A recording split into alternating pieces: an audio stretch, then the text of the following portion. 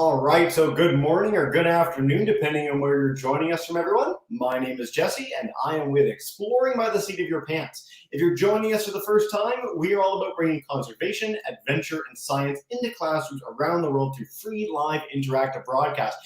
And no more so than this month. I think by the end of the month, it'll be the all-time record for us as an organization, with over 65 broadcasts featuring scientists and explorers from around the globe. And October, as many of you know, and many of you have joined over the course of the month, is Space Month. We have been featuring engineers, astronauts, deep space explorers, roboticists, so many amazing people. It's been such a fun time. And again, if you want to check all those programs out, they are on our YouTube channel indefinitely.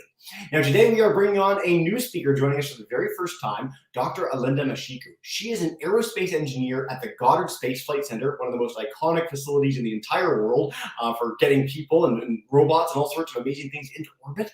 And she's on the Conjunction Assessment and Risk Analysis team, which means that space is crowded and there's a lot going on up there. And her job is to make sure that things aren't crashing into one another, make sure that everything's as safe as possible as we continue to send things up into orbit.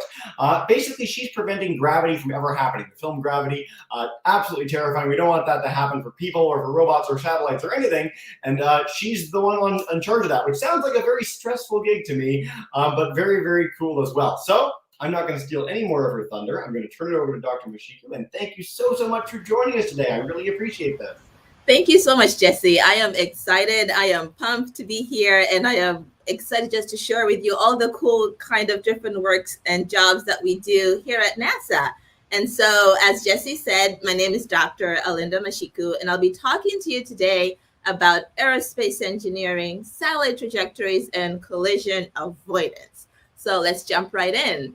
So what do I do at NASA? So as Jesse mentioned, I am the deputy manager and technical lead for a group called CARA at NASA Goddard Space Flight Center, which is located in Greenbelt, Maryland. So CARA stands for, it's a mouthful, wait for it, Conjunction Analysis and Risk Assessment. So we'll get to dive into that a little bit and see what it means, etc. So, but technically, my professional background, I am a navigation and mission design engineer. So what does that mean? So navigation, what that means pretty much in a nutshell is that I use Earth and space-based measurements to track satellites to determine their location and how fast they move in space. Mission or trajectory design, pretty much what it means is that I design the paths of or trajectories for the satellite to traverse in space during its mission.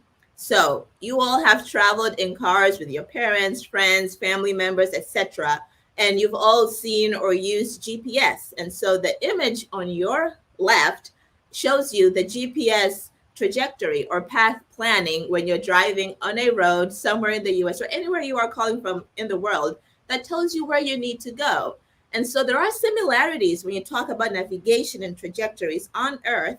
There are similarities in as far as like how you design or how you go about it in space. And so what are those? The first thing is an origin. You're always coming from a place. The second thing is the destination. You're always going to a place. So you have the origin where you're coming from and the destination where you're going to. So on Earth, you could be coming from home, going to school, going to the store. But in space, most likely you're coming from Earth. That is your origin. And destination, it could be anywhere in the solar system. It could be to a planet, an asteroid, to the moon, and so forth. And so there are those similarities that kind of show you these are how things tend to advance when you're talking about navigation and trajectories.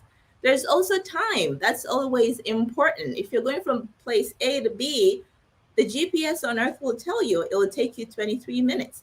In space, it's the same thing. It's just not 23 minutes. It could take you months, days, or even years to get to your destination, depending on how far it is. Turns and obstacles. When you're driving or going to a place on Earth using GPS, you'll have to turn left or turn right, and the GPS will tell you, exit 19, exit to the left to I-76 East. When you're traversing in space, there are certain turns and obstacles that you have to overcome. There's other satellites, there are other planets, and so you have to do all these loop-de-loops, we call them, known as trajectories, that help you to get to where you need to go. A vehicle. You have a car on Earth, you have a satellite in space. speed limits, right? On Earth, you can't go as fast as you want. If you do that, you might hit something, or you could even get hurt. In space, those are typically derived from the gravitational forces that you encounter as you're moving your satellite in space. There's gravity from the Earth, gravity from the moon, sun, and all the other different planets. Fuel, we all know about that. You need gas. In space, it's called propulsion or propellant. Constraints, we already talked about all of that, etc. And so right now, all of you are navigation experts and trajectory design experts. So when you understand how things work in Earth, you kind of learn, extrapolate from that, and you can apply them in space. And that is pretty much what navigation and trajectory design engineering is. So when we look back at NASA, now you're thinking, okay, what do aerospace engineers really do? So we work with a lot of different types of engineers, not just aerospace engineers, chemical engineers, material science engineers, mechanical engineers. We work with scientists, all kinds of scientists, accountants. Everything costs money. We need to work with accountants. Journalists, these are the people who help us send the message into our community to tell them about all the cool science and all the cool work that we're doing to get young students and even people within our communities excited about science and exploration. Lawyers, we definitely need lawyers. Managers, we need people who know how to manage and organize our projects and the work that we do. Artists, when you look at different cool videos and simulations that we put together, or even being able to convey imagery to our community, artists are also needed and very important. People who know how to design websites and put information out there for our community to be able to consume and understand in a meaningful way. Writers as well, you name it. So anyone and anybody, can come and work at NASA, and we all need each other to do the cool things that we do, like this. Check this out. So I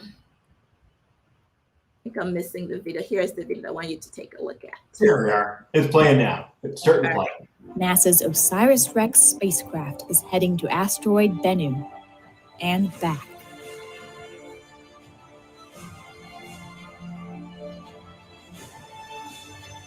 The OSIRIS-REX mission goal is to study near-Earth asteroid BENNU and return a sample to Earth. OSIRIS-REX's launch window opened September 8, 2016 from Space Launch Complex 41 at Cape Canaveral, Florida.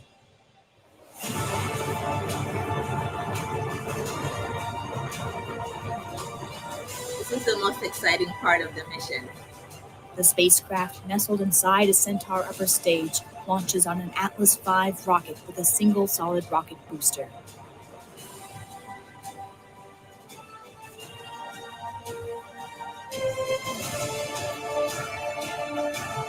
The music certainly makes it exciting, Alinda. It really does. Very epic. It makes The it feel like rocket's you're first actually stage there. separates. And then the Centaur upper stage fires. The fairings separate from the rocket. And the OSIRIS-REX spacecraft releases from the Centaur upper stage. Angled toward the sun, the spacecraft deploys its solar arrays. No, that is the satellite that is now going to the asteroid. Now traveling over 25,000 miles per hour, OSIRIS-REX escapes Earth's gravity 25,000 and miles begins per its hour. cruise toward asteroid BENNU.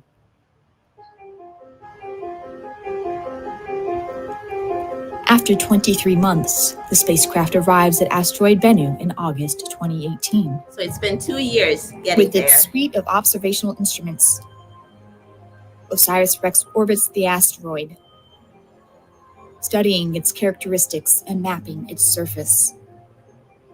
After 4 phases of survey observations, OSIRIS-REX begins preparations to collect the sample. In July 2020, after months of rehearsals and study, the spacecraft approaches for sample collection. It slowly descends BENNU's surface at less than a quarter mile per hour. With an outstretched arm, OSIRIS-REX briefly touches the surface. The touch-and-go sample acquisition mechanism, TAGSAM, blows high-pressure nitrogen gas into the surface rocks and dust, sending loose asteroid material up into the Tagsam head. OSIRIS-REX backs away from BENNU and stows the sample in a capsule for its journey to Earth.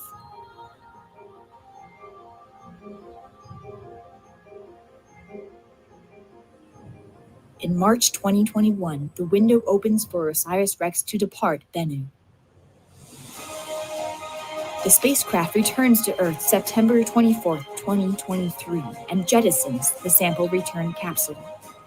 The spacecraft leaves Earth, and the return capsule enters the Earth's atmosphere at over 27,000 miles per hour, That is very protected fast. by a heat shield. I love how you're as excited about this as we are. Miles We above watched the it the whole surface, time. I love it. parachute I know. deploys.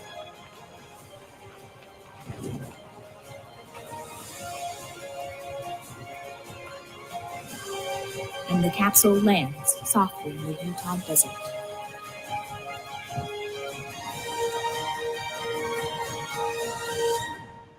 BENNU's secrets can now be investigated for decades to come.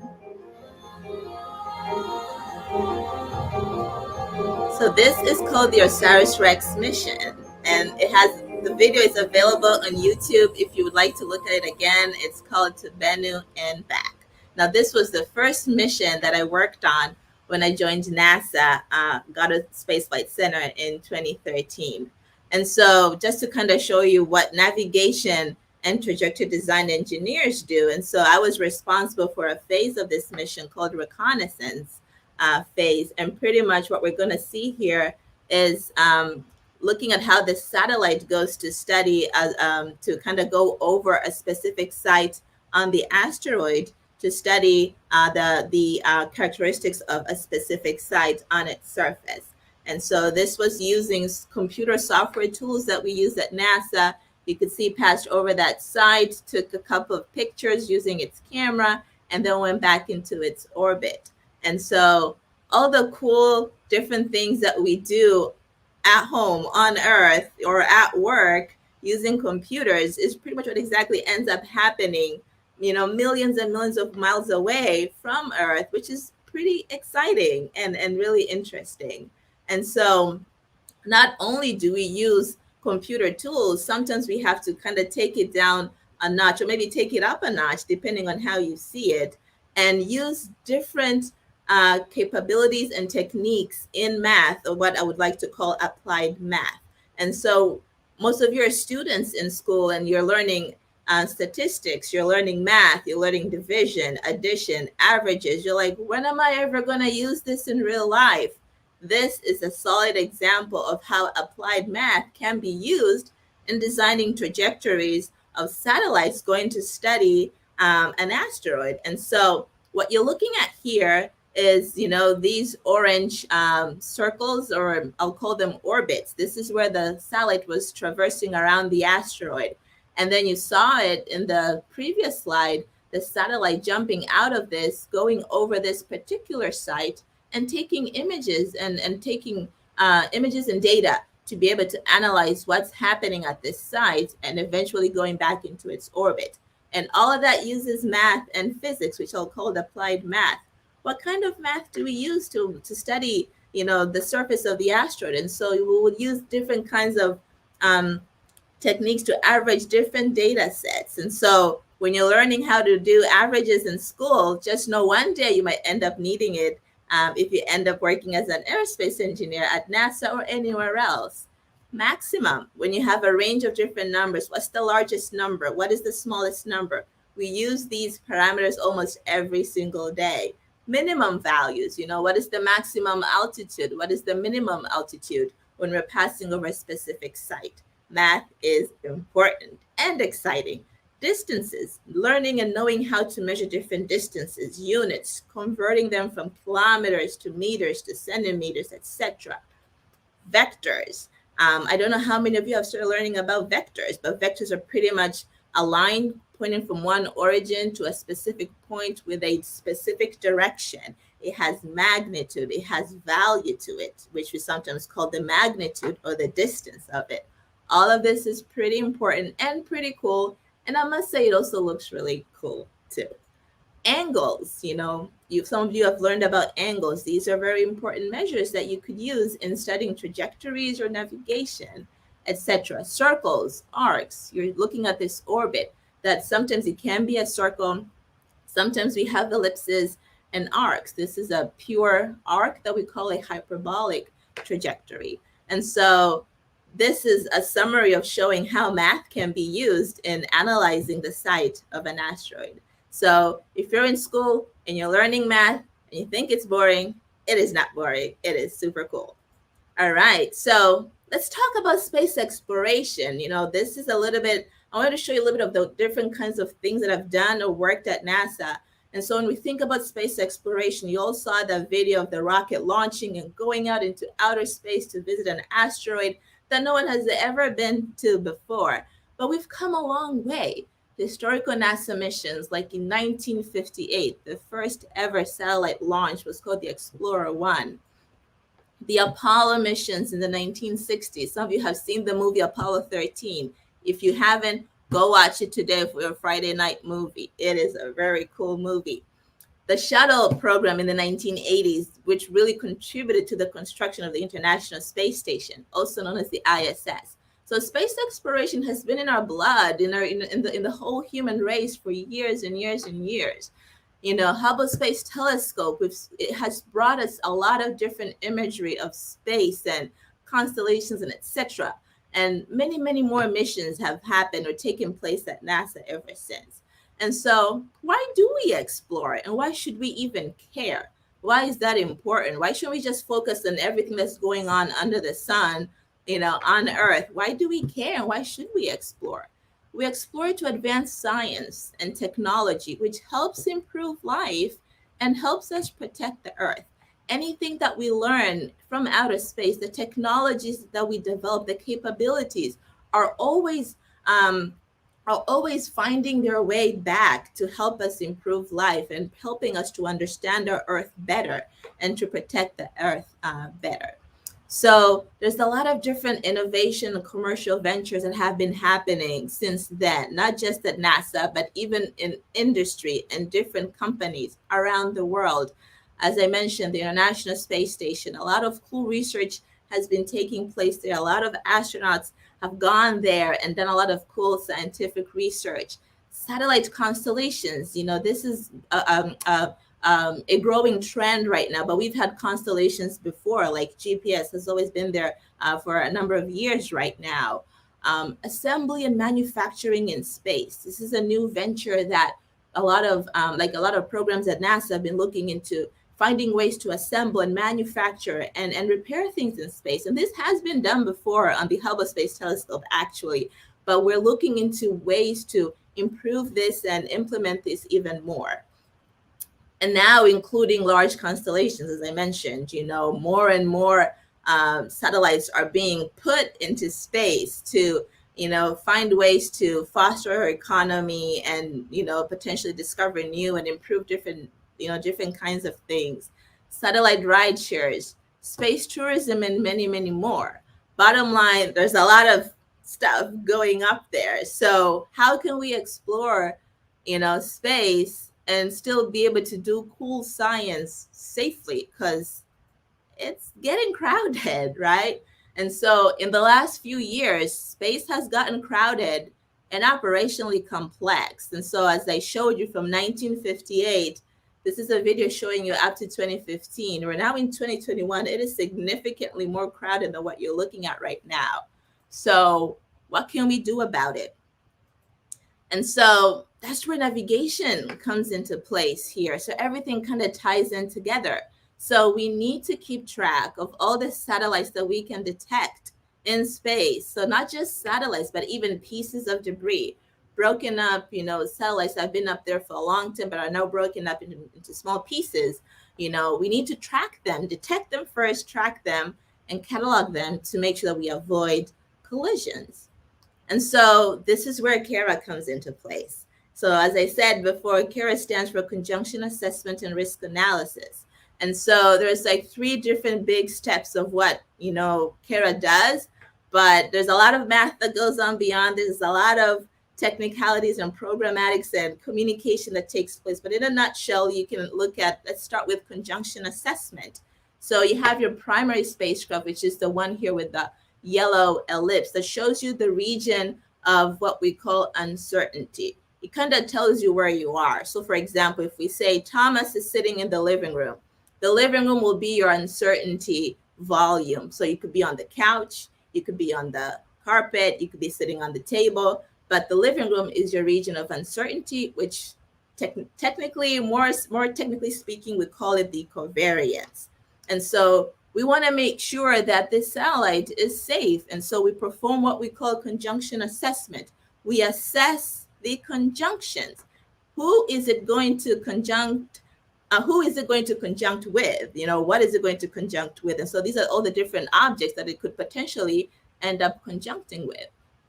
And so, and if it does, we perform what we call risk analysis. We have to analyze the risk. And so this primary spacecraft is potentially conjunction with this other object that we call the secondary object. And then we perform the risk analysis to quantify how risky is it? Is it going to be at a risk that is beyond a safe threshold?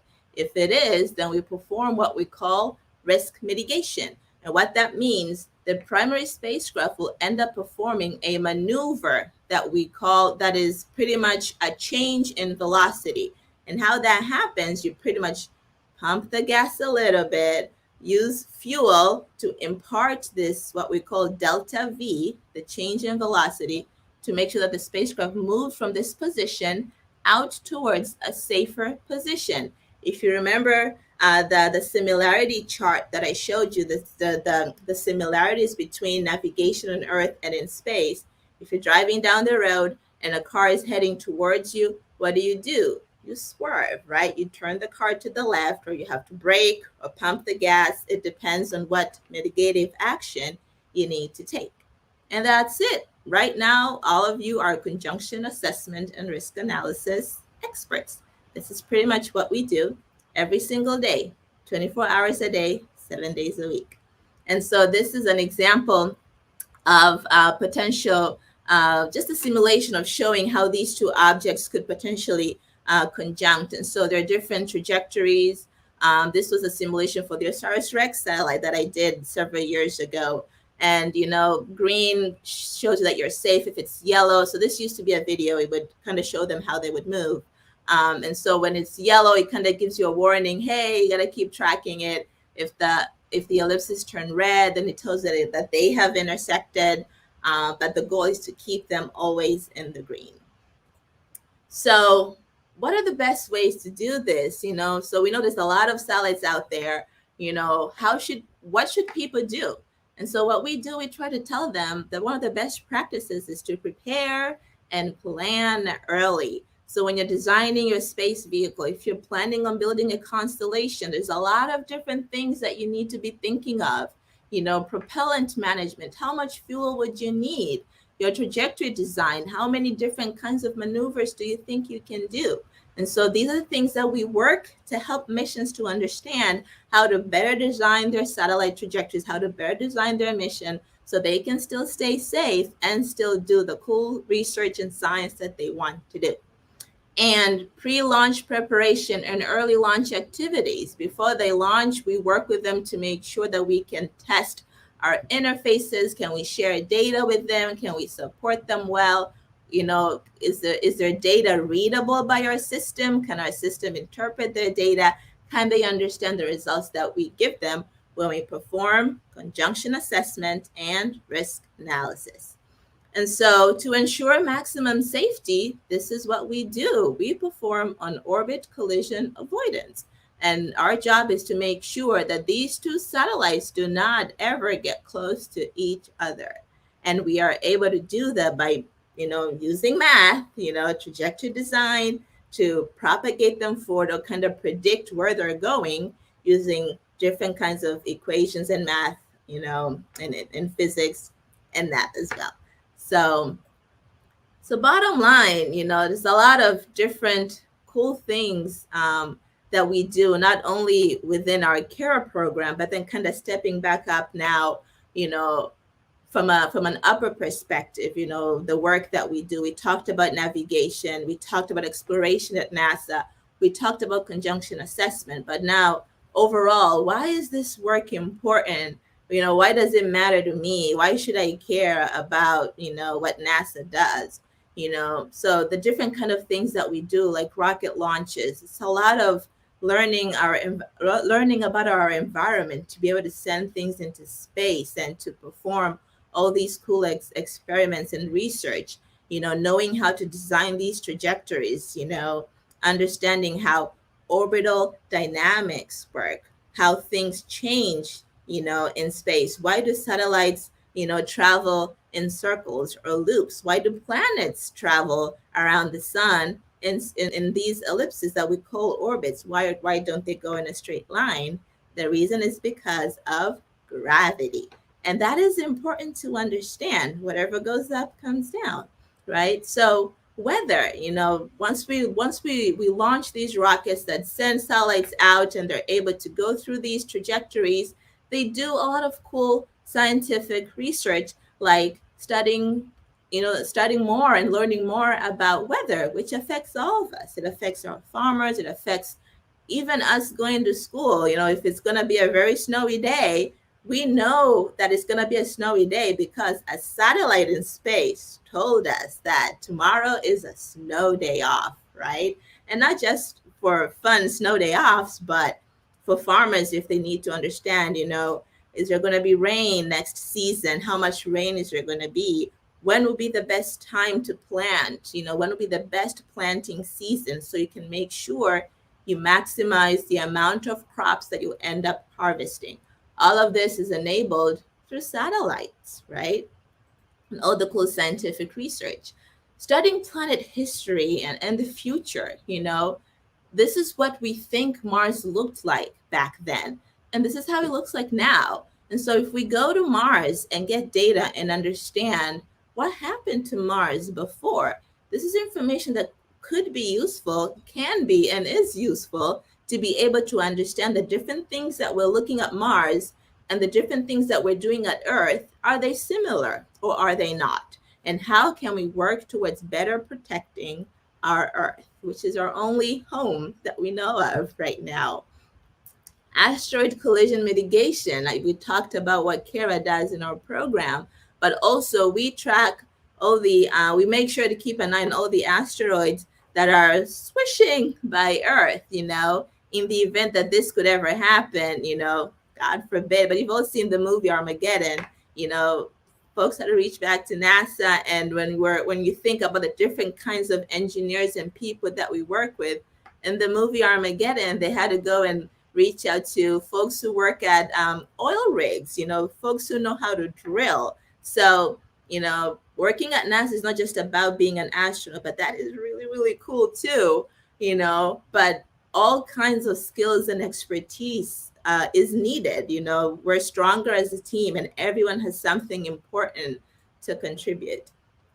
The internet, we all have internet, you know, anywhere you go, like everywhere I've ever gone, when I have like young kids visiting over my house, the first thing they say is, "Hi, Auntie Alinda, what's your Wi-Fi password?" Or if they're nice, "Hi, Auntie Alinda, how are you? What's the Wi-Fi password?" We all love the internet. You know, we can't live without it. And we wonder how we used to live before we had the internet. And that's because of satellite networks, right? So it helps us get connected. You can see me right now because of the internet. You can hear me right now because of the internet. Before that, I would have had to be there in person with you at the school to be able to share this information with you.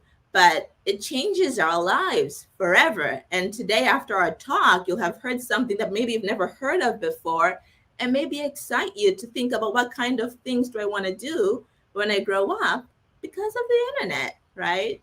Learning more about the sun. The sun is our energy source. We have food because of the sun. We live because of the sun. It keeps our earth warm at the perfect temperature. And we want to make sure we study it more and understand it better so we can keep living and surviving on our precious, precious earth.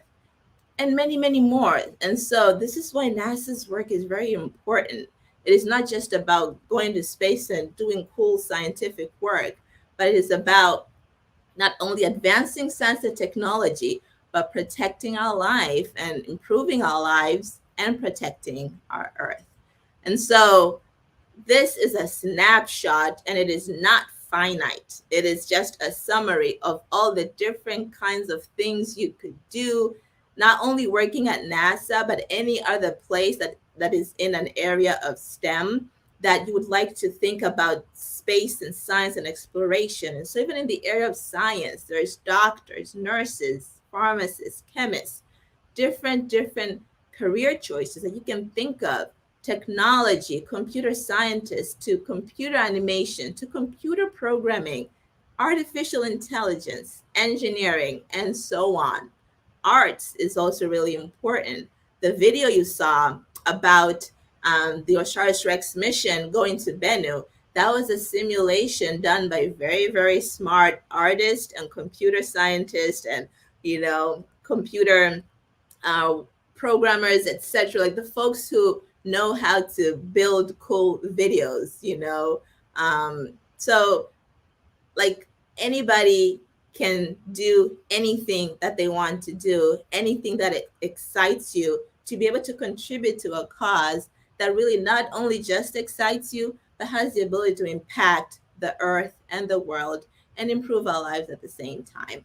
So as you're looking through all of these words and you see something, think about those different types of careers. Think about what you want to do, who you want to be when you grow up.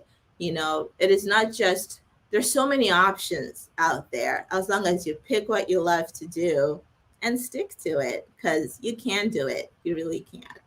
And so with that, I want to talk a little bit about myself as I finish my talk today. When I was young, I always wanted to be an astronaut growing up. That's all I could ever think about. However, I was not good at math. When I was in elementary school, it took me a while, to be able to get it and actually be excited about it. For me, when I was young in elementary school, it felt tedious and it felt irrelevant. Why do I need to add 7,487 to 2,448? Why do I need to do that? Nobody's going to care about that. So it felt tedious and irrelevant, but I kept at it because I had to, right? But then when I was in 7th grade, I finally found my strength. Everything just clicked after that, and the rest is history. And so I want to encourage you, if you're like me when I was young, thinking that math is so hard, or I don't care about this, or it doesn't even have to be math. It could be any other subject. If it's reading or writing or history or whatever, it can feel tedious at the beginning, but keep at it, keep working hard and keep applying yourself, because good news, the older you get, the easier it becomes. The more complicated the problems become, but you become an expert at learning how to handle them. So don't give up, right? And don't quit because, you're not getting things as fast as some of your friends are, or you're not getting things as fast as your brothers or your sisters, but the main message here is to work hard and keep at it, making sure that you're learning and doing something meaningful and exciting that will not only change your life, but be able to impact everyone else. And so education, where did I go to school? So I got my bachelor's in aerospace engineering from the Ohio State University back in 2007. Some of you are maybe not born. Yes, that's a long time ago. Got my master's in AAE, which is aeronautical and astronautical engineering from Purdue University. And then I did that under a Purdue doctoral fellowship in 2009.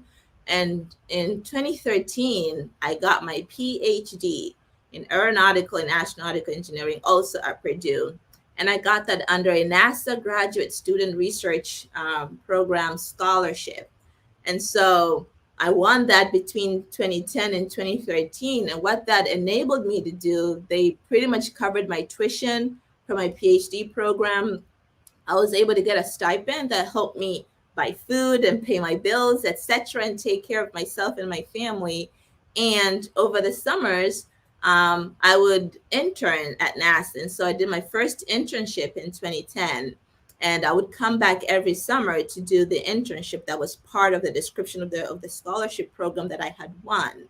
And when I graduated in 2013, I applied to a full-time position and I got in. And so the rest is history. I've been here for about 8 years now. And so because of that, for me, internships are so important. I think everybody should apply to one. Doesn't even have to be NASA, but NASA is the best.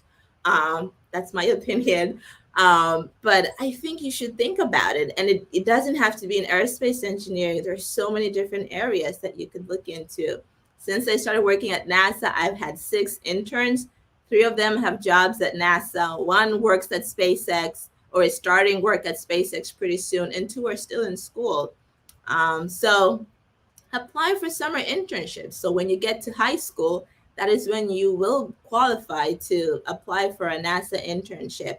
Wherever you're calling from around the world, they also do have opportunities for international internships, depending on which country you're from. And so all that information is available at the website, www.nasacentral.force.com. Yes, there's the word force. I don't know if it has anything to do with Star Wars, with may the force be with you. I don't know. I think it sounds cool.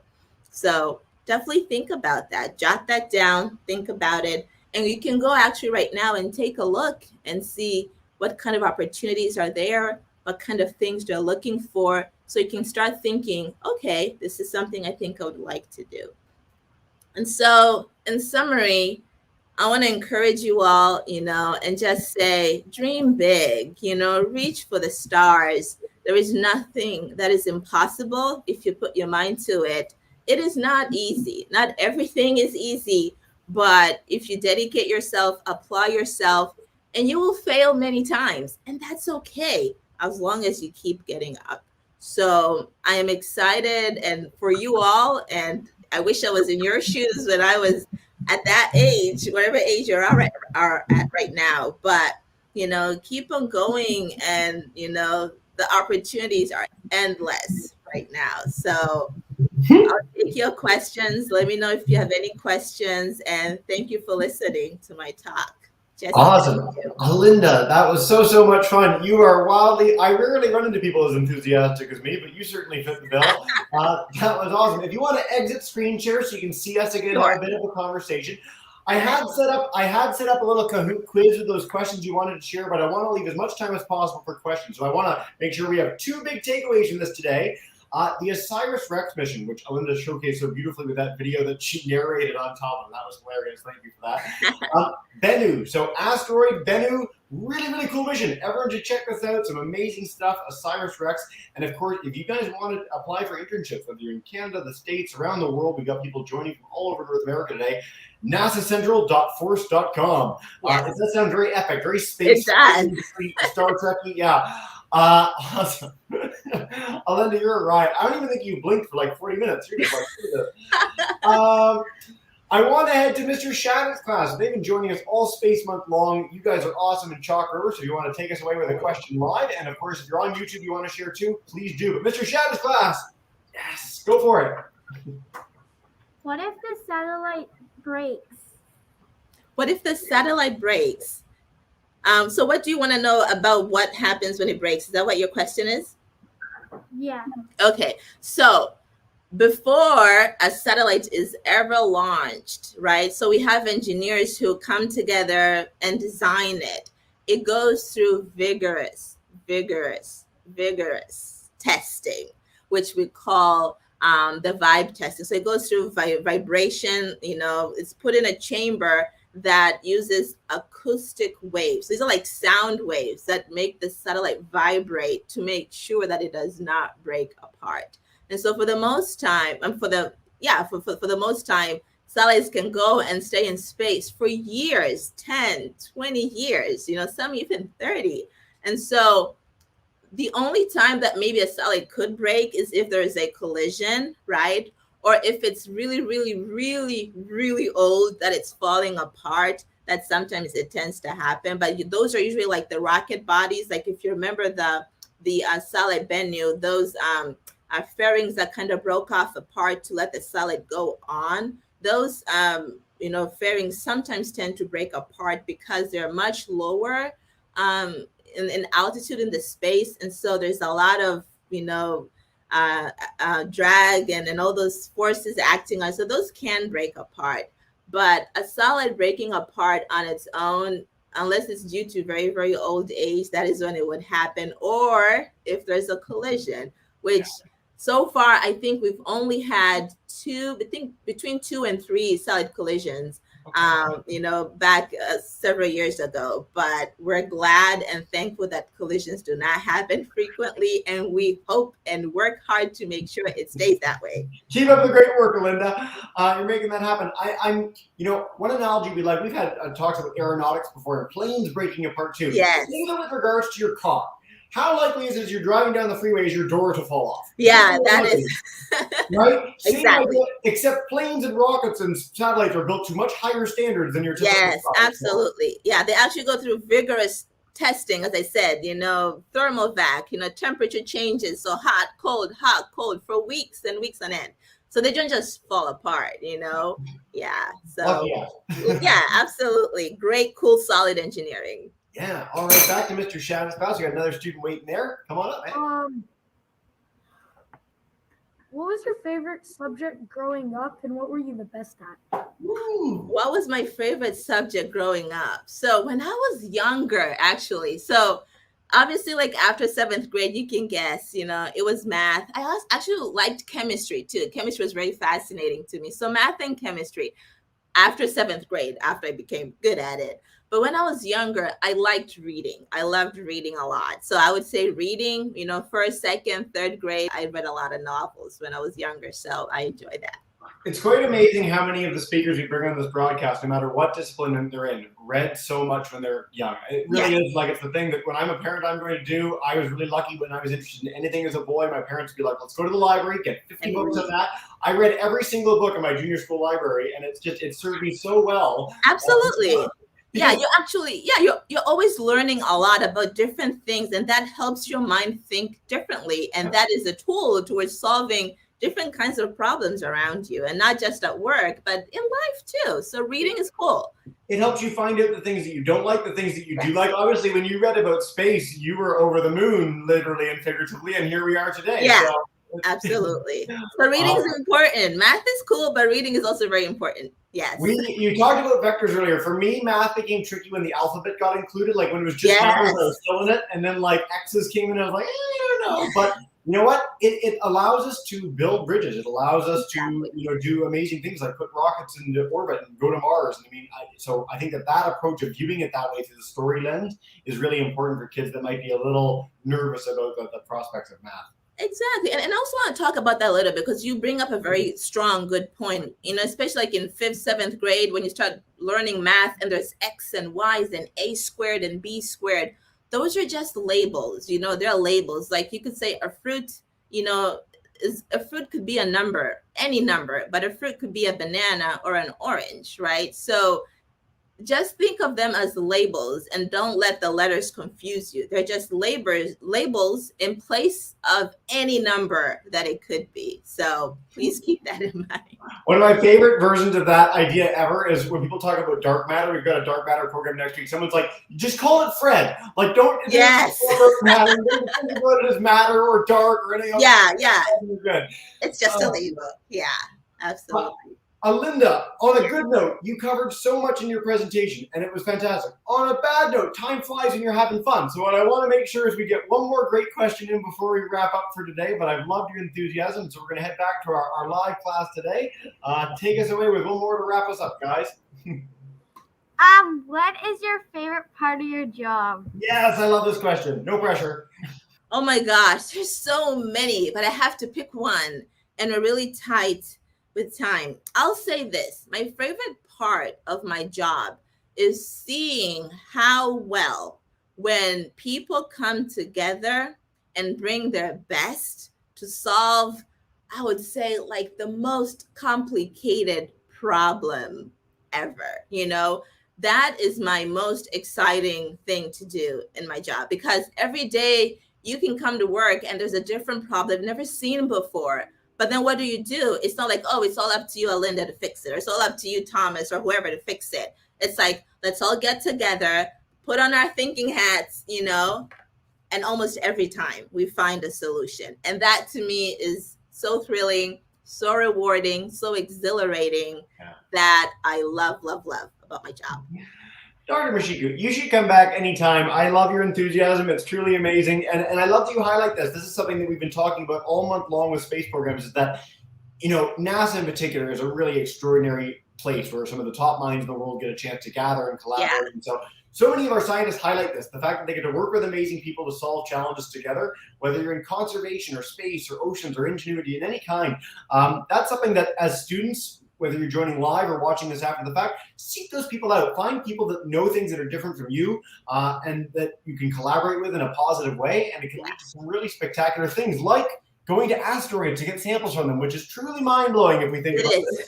Like, it's so, I don't know. There's so many things nowadays, Linda, that are just, natural. We sort of accept them as normal. And they're so wild and crazy to think that you can watch a rover on Mars take pictures and send those back to you. Exactly. Astonishing. It is mind-boggling. Like, it never gets old. Never gets old. We will have to bring you on many times to continue our love of space and nerd out together. But what I want to do for now is just say a huge thank you. Bring back in Mr. Shadistat to say a big farewell, and thank you as well. Folks on YouTube, thank you guys for tuning in.